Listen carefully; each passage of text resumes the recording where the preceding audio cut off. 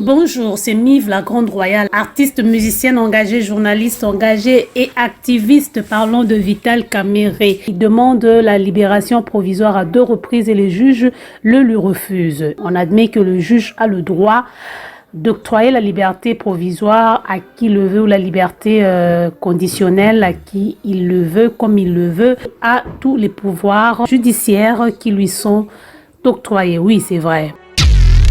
Il faut qu'on admette jusque-là que Vital Kamerhe n'est pas encore condamné. Il est de son droit de pouvoir bénéficier de sa présomption d'innocence. Si on met les sentiments de côté, on met l'émotion de côté également.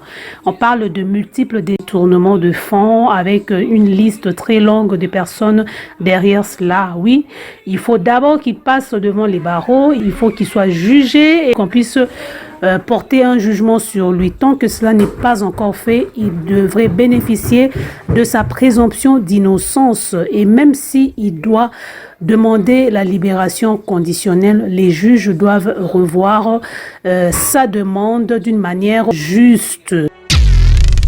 Nous l'avons vu et nous le voyons dans les pays occidentaux qui sont comme pour nous des références jusqu'à preuve du contraire. On l'a vu avec Dominique Strauss-Kahn, avec l'affaire de la dame de chambre Nafissatou. Dominique avait demandé au juge américain la libération conditionnelle. D'ailleurs, le juge le lui a accordé à ses propres frais. Il a payé toute une garde de sécurité à ses frais et l'autorisation qu'il avait, c'était simplement de pouvoir rencontrer son médecin, dentiste ou alors son avocat. Donc, il avait reçu justement sa libération conditionnelle. Nous l'avons vu aussi avec le cas de l'ex-président Sarkozy. Lorsque l'affaire de sa campagne illicite a été mise à jour, Kadhafi qui avait financé d'une manière illicite la campagne de Sarkozy. Sarkozy a été pointé du doigt et puis il s'est présenté devant les barreaux en homme libre. Il y a aussi un autre cas de Laurent Gbagbo ici en Afrique. Laurent Gbagbo avait été emprisonné et puis il a obtenu la libération conditionnelle.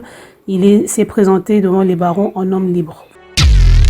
Si le juge veut punir Vital Kamerhe ou si le juge veut avoir le contrôle sur lui, il peut par exemple lui confisquer son passeport. Si on a peur par exemple qu'il puisse fuir, on peut confisquer son passeport, on peut lui imposer une caution, on peut lui imposer de pouvoir être en résidence surveillée à ses propres frais puisque l'argent c'est pas ce qui peut lui manquer en guise de caution, de manière aussi à pouvoir le surveiller. Il faudra donc que ces mesures-là soient aussi revues. Il ne faut pas oublier qu'il reste un être humain qui a droit à sa dignité, qui a droit à sa réputation.